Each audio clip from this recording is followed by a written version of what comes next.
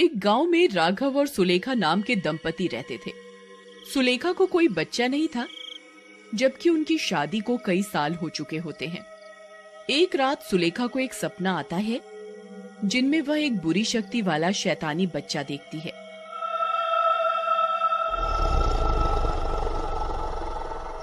माँ, मैं आपका अंश हूँ। मैं आपके पास जरूर आऊंगा।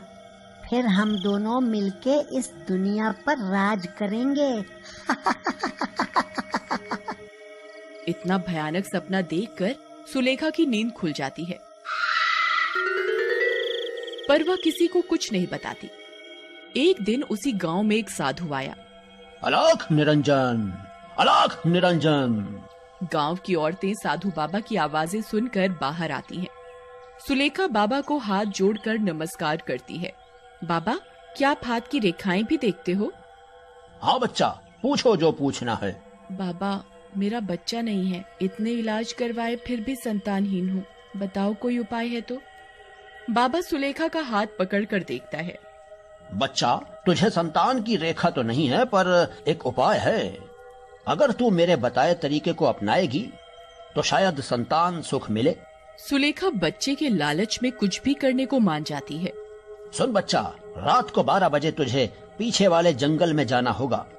वहाँ एक यज्ञ करना होगा जिससे तुझे संतान सुख प्राप्ति हो, पर तुझे अपने पति से ये बात छुपानी होगी। सुलेखा 2 पल सोचती है और मान जाती है। रात को 12 बजे सुलेखा जंगल के बीचों बीच जाती है।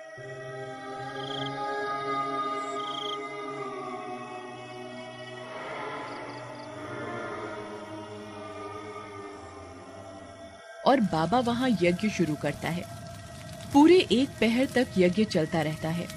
फिर सुबह होने से पहले वो घर आ जाती है जिससे उसका पति शक न कर सके। कुछ महीनों बाद, अरे सुलेखा, तेरा तो अब पेट नजर आने लगा है। खाने पीने का ध्यान रख रही है ना? ऐसे में खाने पीने का बहुत ध्यान रखना चाहिए। हाँ वो तो है, पर अब क्या करूँ? काम करने वाली भी मैं अकेली ही हूँ। अरे अपनी सासू माँ को बुला ले कुछ महीनों के लिए, वो आ जाएगी तो तुझे कुछ मदद हो जाएगी। हाँ बहन, तुम सही कहती हो। मैं राघव को बोलती हूँ आज रात को जब राघव घर आता है। जी मुझे पेट में बहुत दर्द हो रहा है, कुछ कीजिए। अरे अरे ठीक तो हो तुम? कुछ उल्टा सीधा तो नहीं खा लिया? जी मैं क्या कह रही थी कि माँ जी को बुला लेते हैं कुछ महीनों के लिए, थोड़ी मदद हो जाएगी। हाँ बात तो सही है तुम्हारी, चलो मैं बात करता हूँ। कुछ दिनों बाद राघव अपनी माँ को भी ले आता है। अब सुलेखा के दिन पास आने लगते हैं। कुछ महीनों बाद एक रात सुलेखा को पेट में बहुत तेज दर्द उठता है। अजी कुछ करो, उठो, मेरे पेट में बहुत तेज दर्द हो रहा है, बहुत तेज।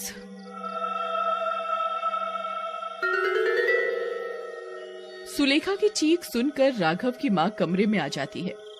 अरे बहू, क्या हुआ? ठीक तो हो? माँ जी बहुत दर्द हो रहा है, देखिए ना। सासू माँ जब सुलेखा का पेट देखती है तो दंग रह जाती है। अरे ये कैसे हो सकता है? अभी तो 6 महीने हुए हैं और इसका पेट इतना ज्यादा कैसे?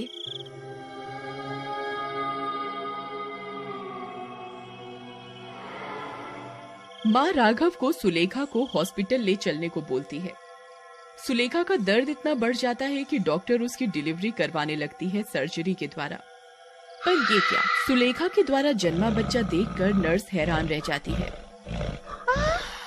बचाओ बचाओ।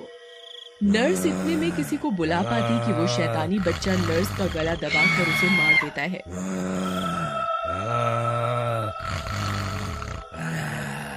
माँ जब बच्चे को उठाने जाती है तो हैरान हो जाती है। नर्स की लाश वहीं पड़ी होती है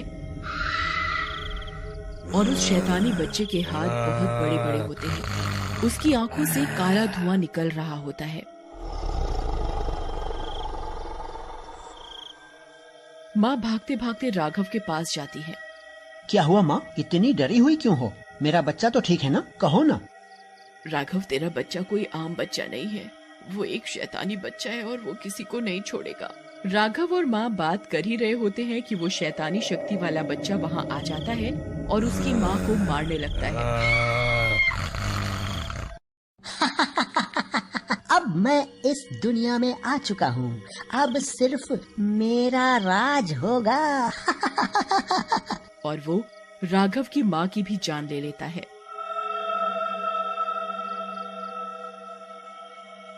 ये तुमने क्या किया? वो तुम्हारी दादी थीं, मेरी माँ थीं, उन्हें क्यों मार दिया? क्योंकि वो मेरे रास्ते में आ रही थी, मुझे देख के खुश नहीं हुई वो, इसलिए मार दिया मैंने उन्हें। तो तुम चाहते क्या हो? ताकत, काली शक्तियाँ। 5 दिन बाद मेरी सारी शक्तियाँ मिल जाएंगी मुझे, फिर मैं सबसे ज्यादा ताकतवर हो जाऊंगा इस दुनिया में। ये बात जब सुलेखा को पता चलती है तो उसे अपना सपना याद आता है। सुलेखा, इस दुनिया को बचाने के लिए हमें इस शैतानी बच्चे को खत्म करना होगा। नहीं, वो जैसा भी है मेरा बच्चा है, मैं उसे नहीं मारूंगी। वे दोनों आपस में लड़ रहे होते हैं, तभी वहाँ वो शैतानी बच्चा आ जाता है। माँ, तुम इनकी बातों में नहीं आना, ये सब मुझे मारना चाहते हैं। बस तुम ही मुझे प्यार करती हो, मैं तुमसे प्यार करता हूँ। इनकी बात मत सुनो, ये तुम्हें भी मार देंगे। सुलेखा ममता से बंधी हुई होती है, वह उस बच्चे को मारने के लिए राजी नहीं होती। सब घर आ जाते हैं और वे सब रात को सोने जाते हैं। मुझे कुछ तो करना होगा, ये शैतान की शक्ति है, ये किसी का सगा नहीं हो सकता। सुबह मैं इसे धोखे से पुरानी हवेली लेके जाऊंगा और वहाँ इस शैतान को मार दूंगा। अगली सुबह। अरे सुलेखा, सुनो, चलो बच्चे को लेके पुरानी हवेली चलें। वहाँ मंदिर है, वहाँ इसका नामकरण कर देंगे और आशीर्वाद भी दिलवा देंगे। पर जैसे ही वह उस शैतानी बच्चे को उठाने जाता है तो वह दंग रह जाता है, क्योंकि शैतानी बच्चा रातों रात 5 साल का हो जाता है और उसे कुछ शक्तियाँ भी प्राप्त हो जाती हैं। नहीं, ऐसा नहीं हो सकता, ये कैसे मुमकिन है? मैं एक शैतानी शक्ति का अंश हूँ, मेरे लिए कुछ भी नामुमकिन नहीं।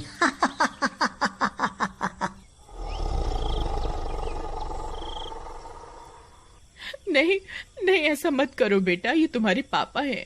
फिर ये मुझे मारने की क्यों सोचते रहते हैं? आप दोनों को याद है ना, 5 दिन पूरे होते ही मुझे शक्तियाँ मिलने वाली हैं। तब तक अच्छे से रहो मेरे साथ, वरना मैं किसी को जिंदा नहीं छोड़ूंगा। राघव सुलेखा को बाद में इशारा करता है कि वे लोग उसे लेकर पुरानी हवेली जाते हैं।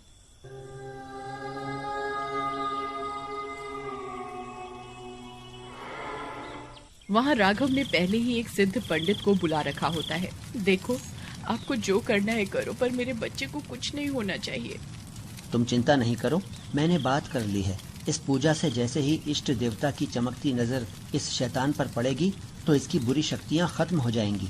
तुम बस इसे यहाँ देवता की मूर्ति के सामने ले आओ। सुलेखा उसे एक जड़ी बूटी सुंघाकर बेहोश कर देती है और मूर्ति के सामने लाती है। अब आप लोग मेरे साथ साथ इन मंत्रों का उच्चारण कीजिए। इसके होश में आने से पहले हमें सारे नियम करने होंगे। विधि नियम शुरू होता है और करीब 1 घंटे तक मंत्र का उच्चारण चलता है। तभी इष्ट देवता की आंखों से पवित्र शक्ति निकलती है जो उस शैतानी बच्चे पर पड़ती है।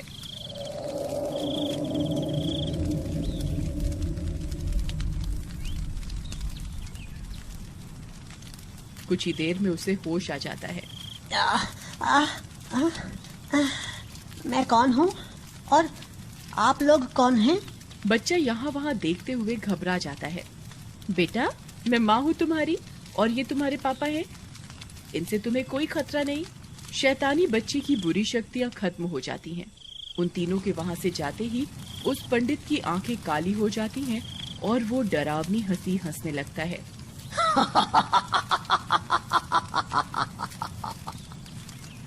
जैसे ही वह अपनी आंखों से खंबे की तरफ देखता है, वो खंबा चकनाचूर हो जाता है।